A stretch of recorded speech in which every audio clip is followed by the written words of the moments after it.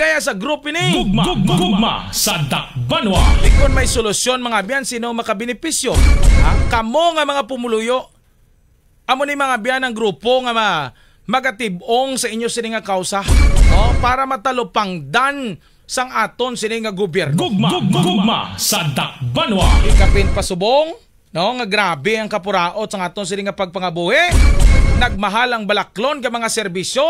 Nagsaka ang aton nga inflation rate. Tingala ka mga biyan nga nagmahal ang bugas. Nagmahal ang sardinas.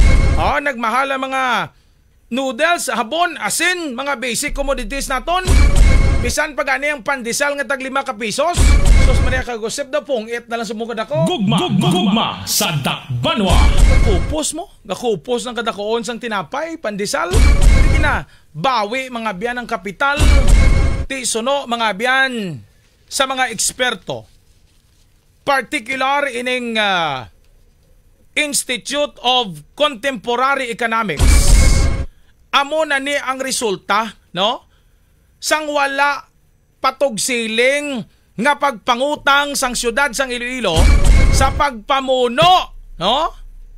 Ni Senyor Jeronimo Dapuga King. Gugma sa Dakbanwa. Kasubong may bago naman nga bansag sa iyang mga Ilonggo, no? Halin sa Dapuga King, subong pangutang king na naman.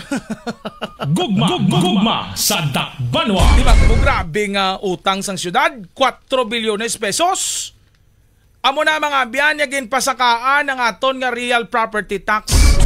Kag pagpasaka sang RPT o real property tax naton mga biyan, nagdomino effect ini sa aton nga mga negosyante.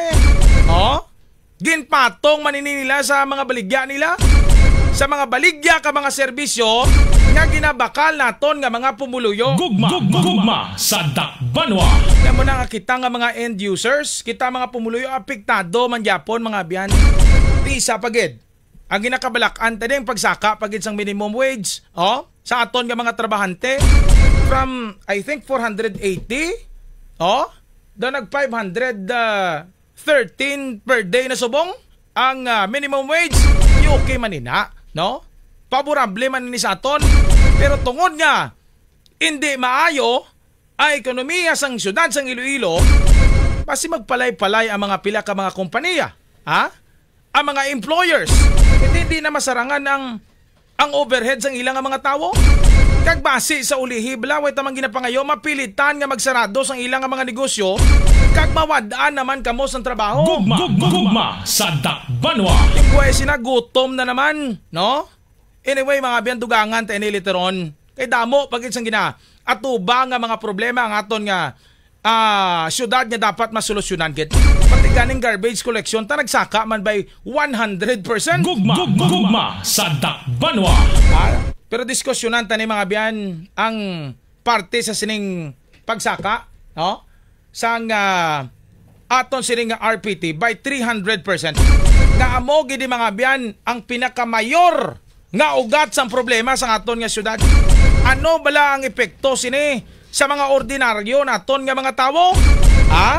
Kag ano ang imuon sang Team Sulong Gugma sa sining problema kung ara na sila sa aton nga City Council. Gugma sa Dakbanwa.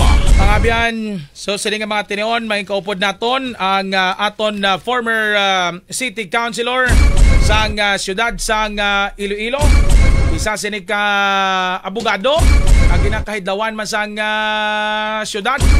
Si former City Councilor Arlione Boots Hirotse mga biyan. Gugma sa Dakbanwa. Mayong aga gid sa inyo tanan kag salamat gid sa pag-imbitar sa akon sa imong programa. Yes, attorney, future mabalik naman bilang councilor sang syudad sang Iloilo, no, sa ato sining nga City Council na hidlaw man. Sano gani last mo nga nag City Councilor, attorney? Nag-end ang akong terms ang 2019. 2019. So mga almost mga 6 years na, no? Yes. 6 years na nga way ikaw makapangalagad bilang City Councilor sang syudad sang Iloilo. So anyway, subo nga aga, attorney, tutukan tani ang mga current issues diri sa syudad sa Iloilo. Especially ining aton nga issue bala sa real property tax kay amo ning papuraot sa aton nga kabuhi to the point ngang iban subo mga abyan hindi niya masyado to ni makaselebrar sang Pasko unlike sa mga naliligad yung mga Tinoy giti damo pa sang mga nakahanda nga mga pagkaon sa babaw sang lamisa nila ti apektado no ang pangabuhi sang aton sining mga kauturan bangod sang kamahal-mahal na gid subong sang balaklon sang tanan-tanan ti unahon tabi ang ining mga siling bala nga rubber stamp council nga ang mga rasones nila kuno nga wala nakapasaka sang RPT for the past 18 years.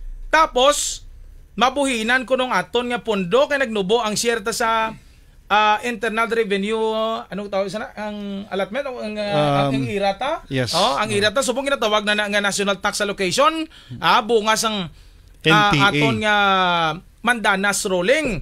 Kag may recommendation kuno subong sa COA nga dapat mapasaka gid ang RPT. So amoy ni mga rasones sigid pasakaan by 300% ang RPT naton diri sa siyudad sa Iloilo.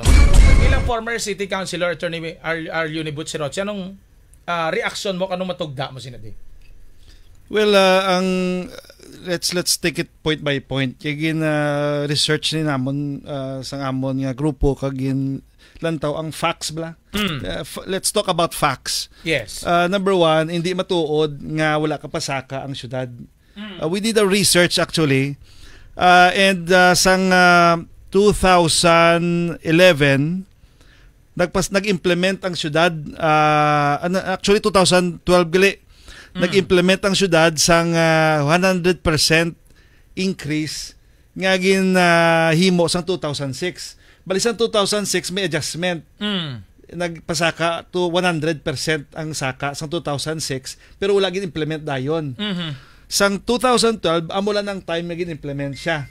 So di matuod nga wala kagi pasaka for 18 years. Also in 2015 gin-implement ang adjustment naman sa tax under ordinance tax sa Iloilo City Ordinance 2014-127. It was implemented in 2015.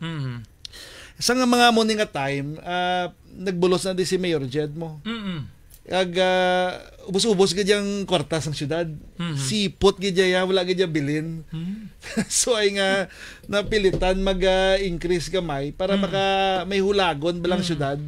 And pagka step down ni Mayor Jed, grabing surplus ang syudad actually. Kag may mga palabuton nga mga end sang tax incentives.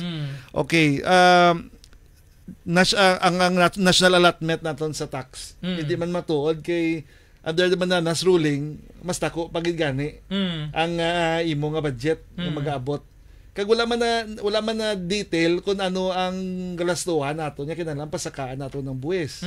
Okay, number 3, ang COA recommendation is a recommendation. We have to understand nga ang adjustment sang price, sang market price sang isa ka real property is different from the tax imposed. So pwede mo sa mapasakaan ang iyang market price pero hindi mo yung pagpasakaan ng tax. Pwede na siya, hindi na automatic ang pasakaan mo man ng tax. So ma-apply na siya ang value yang kung i-adjuston mo bing value dira mo siya taksan sa transfer taxes mo kung ibaligya ang duta. Pero kung hindi man pagbaligya, istaran lang abisang like for example sa Mandurriao to na meet ko na istorya ko gid sang Madalom.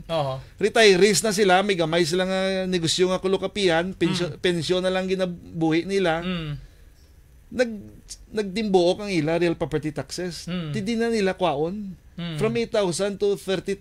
Ay, mako mo na. Grabe nga epekto. Tapos ang kwarta, ang value sang peso, ganubo nga na ganubo. Kataas ang presyo. Tapos sampakon mo sila sang 300% increase sa real property taxes. Di na nila kwaon. Mapilitan silang ibaligya ila duta. Magamo sila. Amo nang ilang mga rason da sa aton nga City Council.